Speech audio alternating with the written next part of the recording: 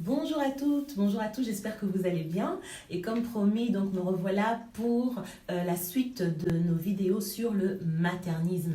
Et aujourd'hui, donc, nous allons entrer pleinement dans le maternisme, voir comment est né le maternisme. Comment est-ce que des femmes africaines se sont un jour réunies pour penser à une nouvelle typologie de la femme africaine. Quand est-ce que ces femmes africaines ont-elles commencé à se dire que le féminisme ne leur correspondait peut-être pas et quand est-ce qu'elles ont donc commencé à penser, à réfléchir à d'autres formes de revendication, d'autres formes, d'autres moyens plutôt de pouvoir mettre la femme africaine à l'aise au sein des sociétés africaines contemporaines. Alors, rappelez-vous bien, nous avions déterminé la période des indépendances comme le point de repère pour situer la naissance de ces mouvements africains féminins qui vont plus tard donner naissance au féminisme africain. Et nous avions vu que même avant cette période des indépendances, les femmes africaines étaient déjà devenues actives. Elles avaient déjà commencé à se questionner sur leurs conditions et elles faisaient même partie de cet électorat féminin qui avait donc permis aux pères des indépendances de pouvoir accéder à cette soi-disant indépendance. Alors maintenant, il faut vraiment que nous fassions la différence entre ce qu'on appelle les mouvements féminins africains et les mouvements féministes africains. Les mouvements féminins africains sont tous ces mouvements qui ont émergé avant la période des indépendances et qui ont commencé à prendre de l'ampleur après la période des indépendances. Tandis que les mouvements féministes sont nés bien après. Et on peut considérer que le féminisme africain va réellement voir le jour à partir de la décennie mondiale des femmes qui est organisée par les Nations Unies. Et durant cette décennie, bien, les femmes africaines vont être en contact avec plusieurs autres femmes de plusieurs continents. Elles vont être en contact notamment avec les féministes occidentales, les féministes américaines, de l'Amérique latine, asiatique, etc. Et elles vont se rendre compte que leurs combats sont à peu près similaires. Alors pourquoi ne pas penser à un féminisme africain? Donc c'est à ce moment-là que le féminisme africain va voir le jour. Et autre élément à souligner toujours pour avoir une meilleure compréhension de ce qui va se passer donc dans la société africaine pour que ces femmes africaines puissent se dire féministes, c'est le fait que dans ces mouvements de femmes africaines, il y avait certains plutôt, qui avaient accès au pouvoir. Donc elles étaient en interaction avec les acteurs politiques et c'était des femmes qui étaient soutenues par les partis uniques ou par les partis dominants. Mais celles qui faisaient partie des sociétés civiles n'avaient pas ce droit-là. Et donc tout cela créait en elles une espèce de révolte, de sorte que lorsqu'elles se sont retrouvées à la décennie mondiale des Nations Unies, les langues ont commencé à se délier. Elles ont commencé à dénoncer tout ce qu'elles vivaient chez elles. Et elles ont commencé à s'allier donc aux autres féministes. Donc il était tout à fait logique que le féminisme africain voit le jour à partir de ce moment-là. Alors des conférences vont être organisées un peu partout dans le monde et vont faire en sorte que ces femmes féministes occidentales vont rencontrer les femmes féministes africaines. Et durant les débats, des divergences d'opinion vont naître, notamment dans la manière de revendiquer, alors que les féministes occidentales remettent toujours sur la table, par exemple, la question du genre, la question des inégalités, etc. Les féministes africaines, elles, sont plus dans une notion de décolonisation. Elles veulent décoloniser plusieurs sphères de la société. Donc elles veulent décoloniser l'économie, elles veulent décoloniser l'éducation, elles veulent décoloniser le monde du travail, etc. Donc elles sont vraiment en train de chercher leur place encore dans la société, dans une société qui est complètement bouleversée avec les législations coloniales qui ne sont pas encore bien éradiquées quand bien même on parle d'indépendance. Le débat va quand même être très anglophone. Pourquoi? Parce que justement, dans les universités anglophones africaines, on a déjà introduit ce qu'on va appeler les Women's Studies. Donc, ce sont des études sur la place de la femme au sein des sociétés. Et là, plusieurs sociologues, plusieurs étudiantes, elles sont encore des étudiantes, plusieurs étudiantes en sociologie, en anthropologie, etc., africaines vont se mettre à réfléchir sur la place de la femme au sein des sociétés contemporaines africaines.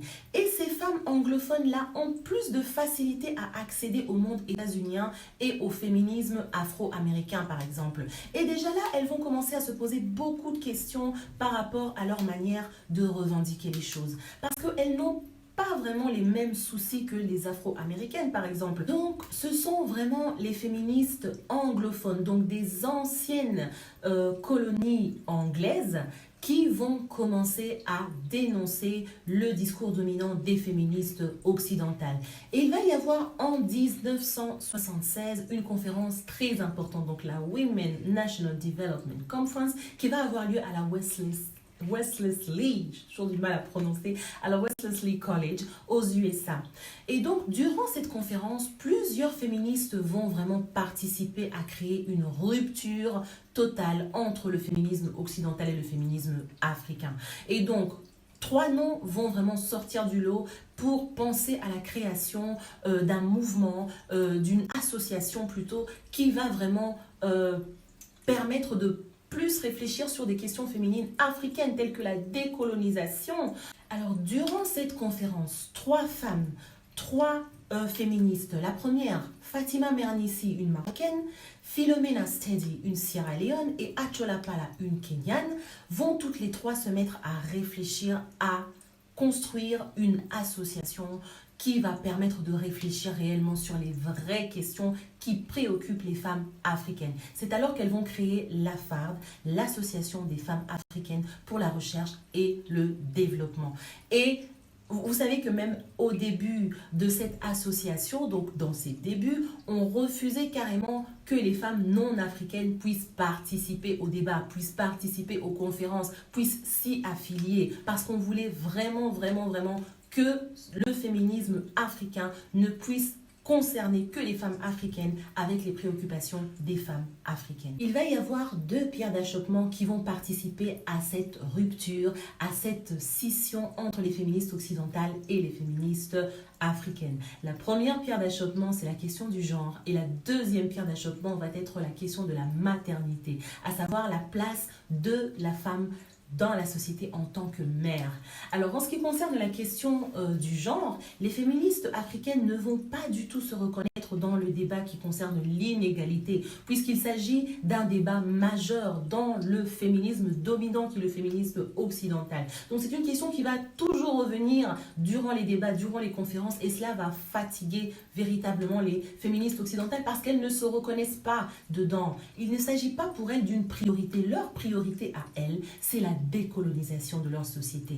Alors les femmes africaines savent pertinemment bien qu'elles sont inscrites dans une longue tradition de pouvoir concédé à la femme et que cette longue tradition de pouvoir a été complètement chamboulée avec les législations coloniales. Donc c'est la décolonisation qui préoccupe surtout les femmes africaines, les femmes féministes africaines.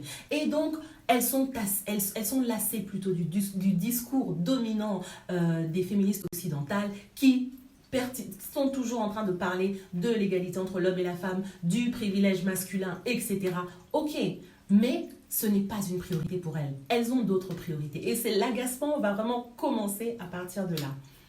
Et donc, durant cette conférence de 1976, les femmes africaines vont trouver que les féministes occidentales sont très arrogantes. Elles ne comprennent pas pourquoi elles mettent leur féminisme à elles au-dessus de tous les autres féministes. Déjà, dans cette question du genre, il y a quelque chose qui ne va pas pour les femmes africaines parce que ce sont des intellectuels, ce sont des femmes qui ont étudié les sociétés africaines et elles ont compris ceci, que dans leur discours, les femmes africaines occidentales parlent de la catégorisation naturelle de l'homme et de la femme. Et elles se mettent contre cette catégorisation. Elles ne trouvent pas normal que l'on puisse établir les sociétés selon ce qu'on appelle le déterminisme biologique. Donc on sait que la femme est faible, que l'homme est fort, etc. Donc elles catégorisent en fait le genre. Et donc les femmes africaines intellectuels qui ont étudié les anciennes sociétés africaines savent pertinemment bien la place importante que l'Afrique, que le paradigme africain accorde à la nature. Or, les féministes occidentales sont contre les lois de la nature parce qu'elles considèrent que la nature n'a pas à déterminer à l'avance, à prédestiner à l'avance la place de la femme et la place de l'homme. Elle considère que l'être humain en général vient au monde et décide de devenir ce qu'il devient. Le constructivisme de Simone de Beauvoir, par exemple. Il y a notamment la féministe nigériane qui est anthropologue, qui est sociologue, Oyeronke Oyemuni. Elle va vraiment se battre contre cette idée comment dire, de dualité, du caractère binaire entre l'homme et la femme, du caractère puissant de l'homme et du caractère faible de la femme que les femmes occidentales sont en train de mettre en avant comme une vérité à combattre. Et elle met un point d'honneur à mettre en avant le fait que dans les sociétés africaines, il y a même des terminologies, il y a même au point de vue linguistique, des incompréhensions, des incohérences dans ce discours que les femmes occidentales veulent mettre en avant pour brandir la question de l'inégalité des genres. Donc Oyewuni va simplement dire qu'il y a un gros souci même au niveau des concepts. Donc elles ne peuvent pas considérer le fait que les féministes occidentales puissent leur imposer une idée qui est en parfaite contradiction avec le paradigme africain, avec les concepts africains. Elles ne sont pas du tout dans cette notion de dualité entre l'homme et la femme, donc d'opposition et de l'existence de la femme seulement à partir du moment où l'homme existe, etc. Ce n'est pas africain, dit-elle, et elle va le démontrer de plusieurs manières. Alors, le deuxième problème qui se pose entre les féministes africaines et les féministes occidentales, donc le deuxième problème majeur, parce qu'il y en a plein finalement, mais le deuxième problème majeur, c'est la question de la maternité. Alors là aussi, certaines féministes africaines vont se lever pour dire non, non, non et non. Alors, cette question de l'importance de la maternité dans le paradigme africain va être défendue avec force et rigueur durant un colloque qui va se tenir en 2003 sur l'île de Gorée au Sénégal, qui va s'intituler Images of Motherhood, African and Nordic Perceptions. Et durant ce colloque, les féministes africaines vont défendre vraiment l'idée selon laquelle la femme africaine est avant tout une mère et que cette place en tant que mère dans les sociétés est une place super importante parce que c'est cette place qui va permettre de garder l'équilibre au sein des sociétés et qu'à partir du moment où l'on perd ce rôle de mère, eh bien les sociétés africaines entrent plutôt dans un chaos sans précédent. Nyara Sudarkaza, qui est une anthropologue, une sociologue afro-américaine qui va faire partie justement de ce colloque, va d'ailleurs expliquer qu'il s'agit d'une position stratégique finalement que celle de la femme africaine en tant que mère. C'est une position stratégique parce que on sait que c'est la mère qui éduque, on sait que c'est elle qui allait, qui donne la nourriture à l'homme, à la femme en début de vie. Donc c'est à elle de prendre en main le destin de toute la société, en fait, de toute la communauté. C'est à elle de prendre les choses en main et donc son rôle en tant que mère est un rôle primordial et on ne pourrait se défaire de ce rôle. Alors plusieurs féministes africaines vont donc s'opposer de manière très farouche à cette idée selon laquelle réduire la femme, selon la pensée occidentale, que reléguer plutôt la femme à un rôle de mère nourricière, c'est la reléguer à un rôle de second plan, c'est la reléguer à un rôle réducteur. Elles sont absolument contre cela. Au contraire, elles pensent que c'est lui donner honneur, c'est lui faire honneur plutôt que de lui donner ce rôle en tant que mère. Parce que qui est plus importante qu'une mère dans la vie d'une personne finalement? Et donc, d'autres féministes africaines vont encore une fois combattre cette idée de manière farouche comme Oyeronke Oyewuni, la sociologue, l'anthropologue nigériane qui, elle, va carrément aller plus loin encore. Elle va dire carrément que c'est la femme qui maintient les liens familiaux. Non seulement c'est la femme qui maintient les liens familiaux, mais elle porte en elle ce qu'elle appelle l'amour inconditionnel. Et cet amour inconditionnel permet de garder l'équilibre au sein de la famille, mais également au sein de la société, donc à une plus grande échelle encore. Donc cette idée d'amour inconditionnel et cette idée de celle qui maintient, de la gardienne des liens familiaux est en son sens une perception, une notion absolument formidable à laquelle plutôt les femmes africaines ne pourront absolument pas se défaire si elles veulent vivre dans une société harmonieuse avec les hommes également. Et bien évidemment, il va y avoir des féministes africaines qui vont s'opposer également à cette idée de maternité, donc de concéder à la femme africaine le rôle de mère au sein des sociétés. La sociologue sénégalaise Fatou Sow, une grande figure du féminisme africain notamment, va s'opposer à cette idée parce qu'elle va la relier à l'idée de reproduction forcée. Donc elle pense que cette idée de donner à la femme africaine ce rôle de mère va encourager les partisans de la reproduction forcée dans le sens où on va lui dire oui, il faut faire des enfants, il faut faire des enfants et que cela met en danger la santé de la femme par exemple. Voilà, ça c'est une des idées par exemple défendues par une féministe qui est contre cette idée de concéder à la femme africaine son rôle de mère. Alors, il faut rappeler que Fatou Sow n'est pas contre le fait d'intégrer certaines idées des féministes occidentales au sein du féminisme africain, comme notamment cette idée du contrôle des naissances, parce qu'elle pense qu'il faut préserver la santé de la femme africaine. Alors, ce slogan qui dit « un enfant quand je veux, si je veux », elle pense qu'on peut très très bien l'intégrer dans les perceptions du féminisme africain. Alors, toujours cette même Fatou Sow, par exemple, va s'opposer à l'idée du genre, au mot genre. Le terme genre la dérange parce que le terme genre renvoie à un conflit qui existe entre l'homme et la femme. Elle préfère alors, s'il faut évoquer les questions du genre, que l'on puisse parler du terme, que l'on puisse plutôt dire rapports sociaux de sexe. Voilà, ça c'est sa perception à elle en tout cas. Donc elle n'est pas du tout dans la scission complète avec les idées du féminisme occidental parce qu'elle pense que la société africaine, qu'on le veuille ou non, a évolué avec les emprunts des sociétés occidentales et que finalement on doit s'adapter aux nouvelles aux nouvelles règles de nos sociétés, aux nouvelles façons de vivre de nos sociétés qui sont bien évidemment empreintes de beaucoup de choses exogènes à nos sociétés d'antan.